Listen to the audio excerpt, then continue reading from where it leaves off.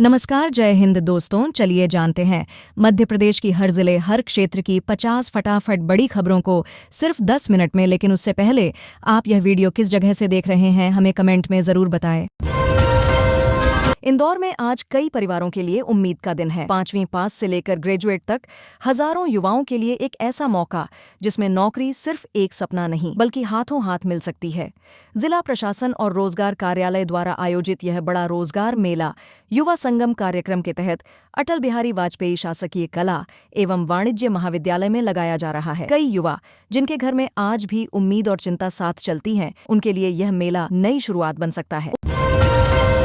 मध्य प्रदेश में सर्दी ने अपनी पकड़ और मजबूत कर ली है। सुबह का कोहरा, कंपकंपी और गलन, ऐसा मौसम जिसमें लोग चाय की भाप में थोड़ी गर्मी खोजते दिखे। राज्य के 11 शहरों में पारा 10 डिग्री से नीचे उतर गया। राजधानी भोपाल 8.2 डिग्री पर ठिठुरता रहा, जबकि पचमढ़ी में तापमान 7 डिग्री तक गिर गया, मानो पहाड़ों ने पूरे प्रदेश में सर्द हवाएं भेज दी हों। आज से राज्य विधानसभा का शीतकालीन सत्र भी शुरू हो रहा है।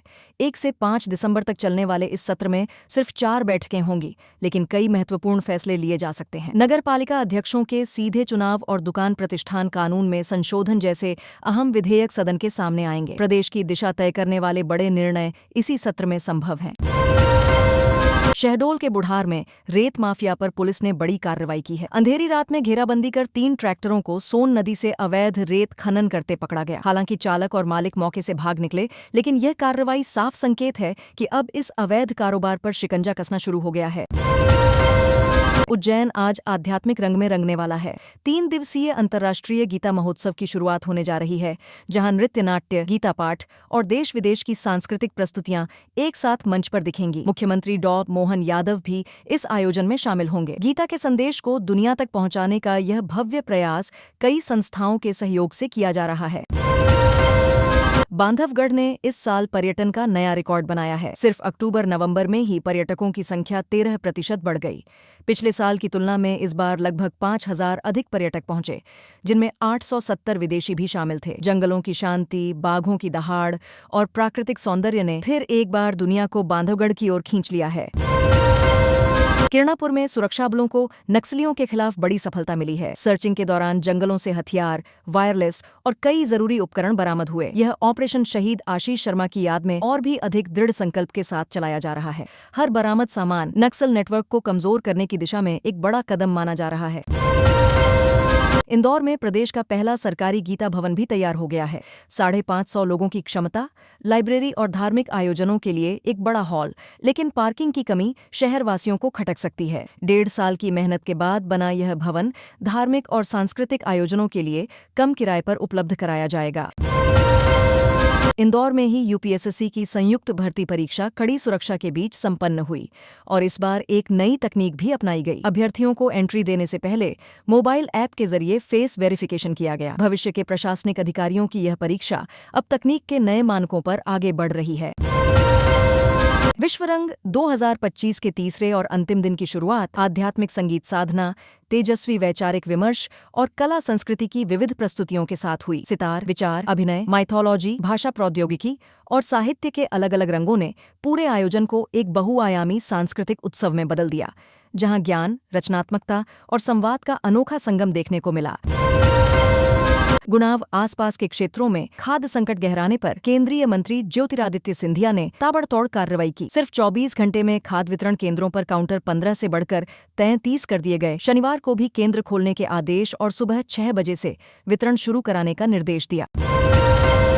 मध्य प्रदेश लोक सेवा आयोग ने असिस्टेंट रजिस्ट्रार भर्ती परीक्षा की अनंतिम उत्तर कुंजी जारी कर दी है। अभ्यर्थी बिना किसी लॉगिन के सीधे आयोग की वेबसाइट से आंसर की डाउनलोड कर सकते हैं और निर्धारित अवधि में आपत्तियां भी दर्ज करा सकते हैं।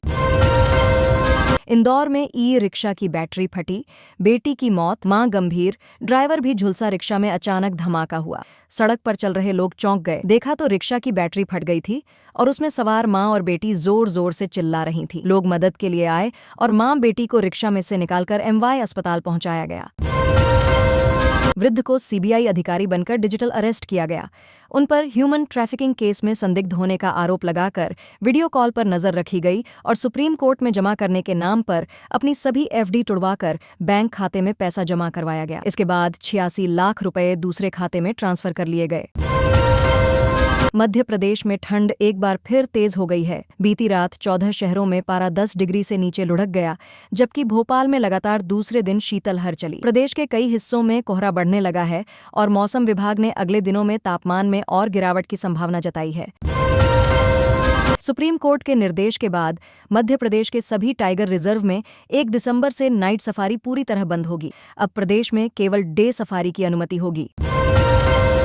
मुख्यमंत्री डॉ.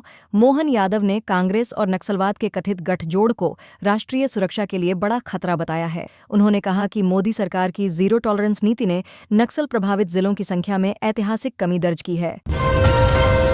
Madhya Pradesh power generating company limited ने मध्य प्रदेश में प्लांट असिस्टेंट के लिए बड़ी भर्ती निकाली है। 10वीं और ITI पास उम्मीदवार इन पदों के लिए आवेदन कर सकते हैं। चयनित अभ्यर्थियों को 25,300 से 80,500 रुपये तक का वेतन मिलेगा। इंदौर में तापमान में मामूली गिरावट के बावजूद ठंड का असर कमजोर बना हुआ है। मौसम विभाग के अनुसार पूर्वी हवाओं और पहाड़ों पर बर्फबारी थमने के कारण दिसंबर की शुरुआत भी गर्म रहने की संभावना है।